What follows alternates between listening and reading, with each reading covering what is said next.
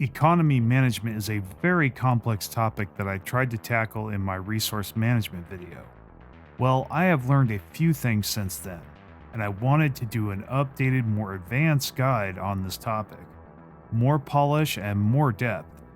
This will take a little longer than my usual videos. However, that is because there should be a lot to cover. I'm going to go over most of the main resources you need to pay attention to. There is energy credits, minerals, food, consumer goods, alloys, influence, unity, research, volatile motes, exotic gases, rare crystals, and naval capacity. Energy credits are the game's currency. They are the only resources you can use to buy other resources. You can also sell those resources to get energy credits. One of the most common ways to generate energy credits are from generator districts. Build or upgrade an energy grid to produce even more energy credits per technician job. You can also get a good portion of energy credits, especially in the beginning from mining stations. Build these on systems you claim. Built on energy credit symbols on systems. Be on the lookout for unclaimed systems that have those if you are hurting for credits early game. Make sure you have enough pops to fill your technician jobs. I would not overbuild districts. The other way to produce energy credits is through trade. Trade equals energy credits. If you have 30 trade value per month, you will have 30 credits per month. Look at my guides on trade and trade builds. Basically anything that says it produces trade value translates to energy credits. Holdings and branch offices, their buildings, also cost energy upkeep, but can also produce energy and technician jobs. You get holdings from subjects and branch offices from megacorp empires. When energy credits are low, build more generator districts, stations, and worlds. When running a trade empire, designate urban worlds and build commercial complexes. Build branch offices when playing megacorp empires. Megastructures like orbital rings with stratospheric ionization elements and Dyson spheres produce loads of energy. Build these whenever possible. Keep in mind megastructures also cost energy upkeep.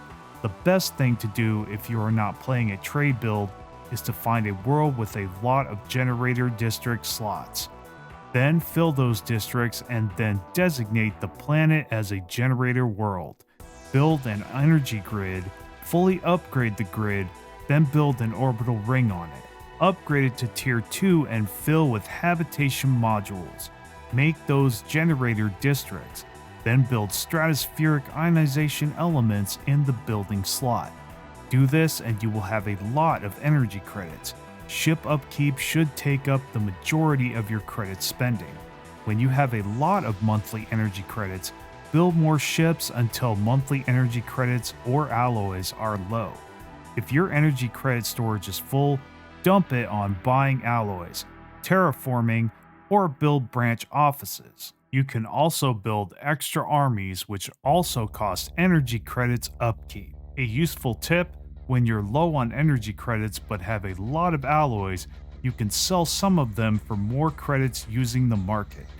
Minerals are used to produce alloys, construct buildings, create strategic resources, and consumer goods. In some empires, minerals are even used by research labs to produce research. The most common way of producing minerals is from miner jobs, created by building mining districts and certain buildings like mineral purification plants and its upgrades. Megastructures like matter decompressors and orbital rings can greatly increase mineral production. When you have an abundance of minerals, build buildings, industrial districts. Another thing you can do if you have a lot of minerals is to build buildings that produce strategic resources like volatile motes, exotic gases, and rare crystals. If you have access to the arcology decision, work towards turning your Forge or Unity worlds into arcologies. If you have enough energy credits, you can dump your minerals on armies which cost minerals. If you are low on monthly minerals, claim systems with mineral symbols, try to build a matter decompressor late game, build mining districts, mineral purification hubs, low gravity mega refineries on orbital rings. There are also branch offices and holdings that increase mineral production. The best thing to do is to make a matter decompressor. If you cannot do that yet, then make a planet with lots of mining districts, a mining world. Place mineral purification plants on it and fully upgrade it. Fill all mining slots as pops are available to fill those jobs. Then, at 25 population, build an orbital ring on that planet. Upgrade the orbital ring to Tier 2, then build a low-gravity mega refinery. Then upgrade again and fill with habitation districts. Build more mining districts with those extra slots from the habitation modules. Another tip for minerals: try to get to 150 monthly minerals as soon as you can and try not to ever go below 30. That way you always have an abundance of minerals. All pops require food. Food is perhaps the least useful but is critical not to run out of or get negative. This is because food is expensive. Buying food is okay in a pinch, but you waste a lot of other resources by not getting that handled.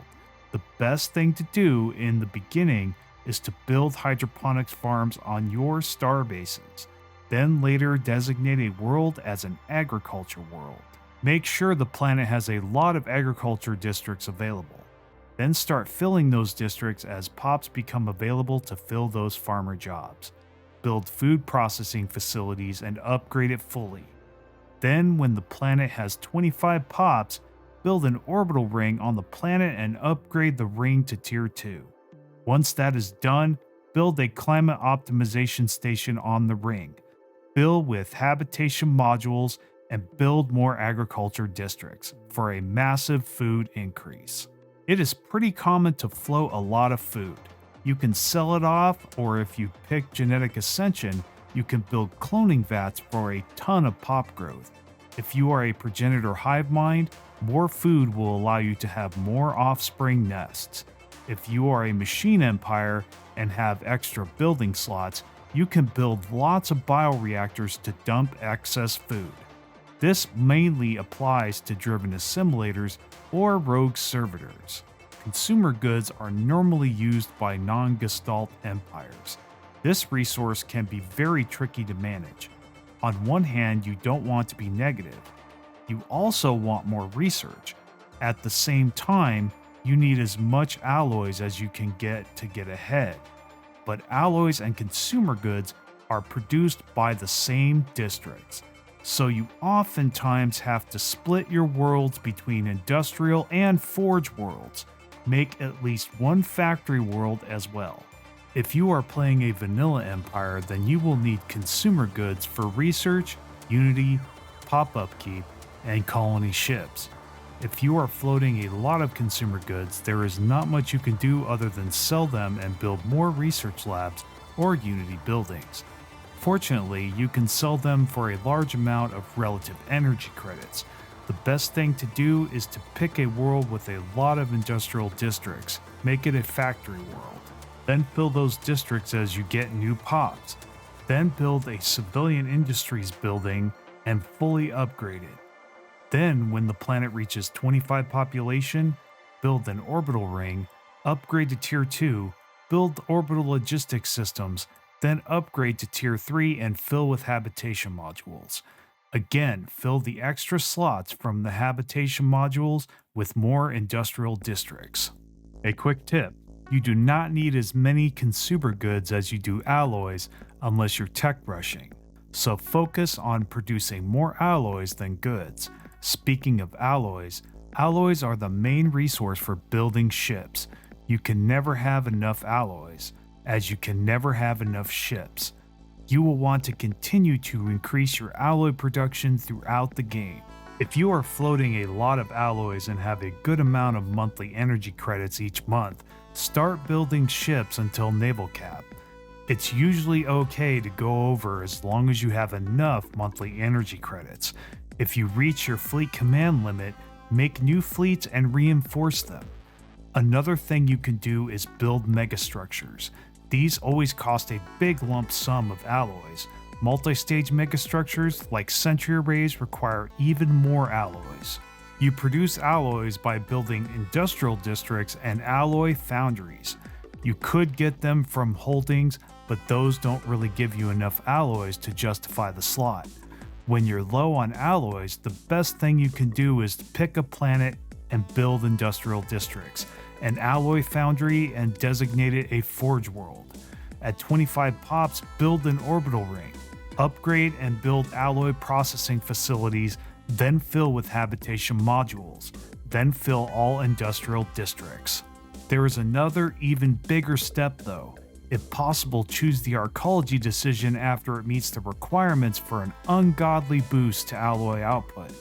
Be careful though, this does cost a hefty amount of minerals and volatile motes, so make sure you're floating plenty of monthly minerals. You can also do this with factory worlds if I failed to mention it, as well as Unity worlds.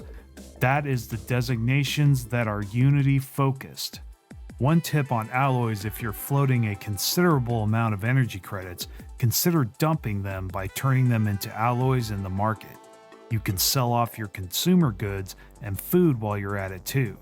Influence can be hard to increase and depends a lot on what empire you are making.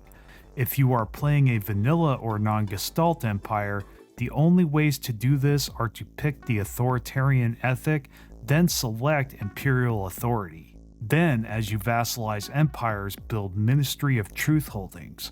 Declaring rivalries helps influence gain as well. The easiest and earliest way outside of choosing the right build is getting naval capped early and often throughout the game. This increases power projection, which directly increases influence gain. Strong navy, strong influence. There is also Unity ambitions. The will to power ambition gives +5 influence gain. I had written that Gestalt empires gain a lot of influence from their leaders. However, 3.9 released while I wrote this, so that may be incorrect now. This also means the way habitats provide resources are different now. As of this video, I plan to redo my habitat video, so look for that and watch it if it's up. There are loads of things to spend influence on: megastructures, systems, vassal agreements, and claims against empires. Arcologies also cost influence. If you are floating a lot of influence and have claimed all your neighboring unclaimed systems, then vassal agreements and habitats are a good influence dump. Pro tip: if you reach around 900 influence, start dumping.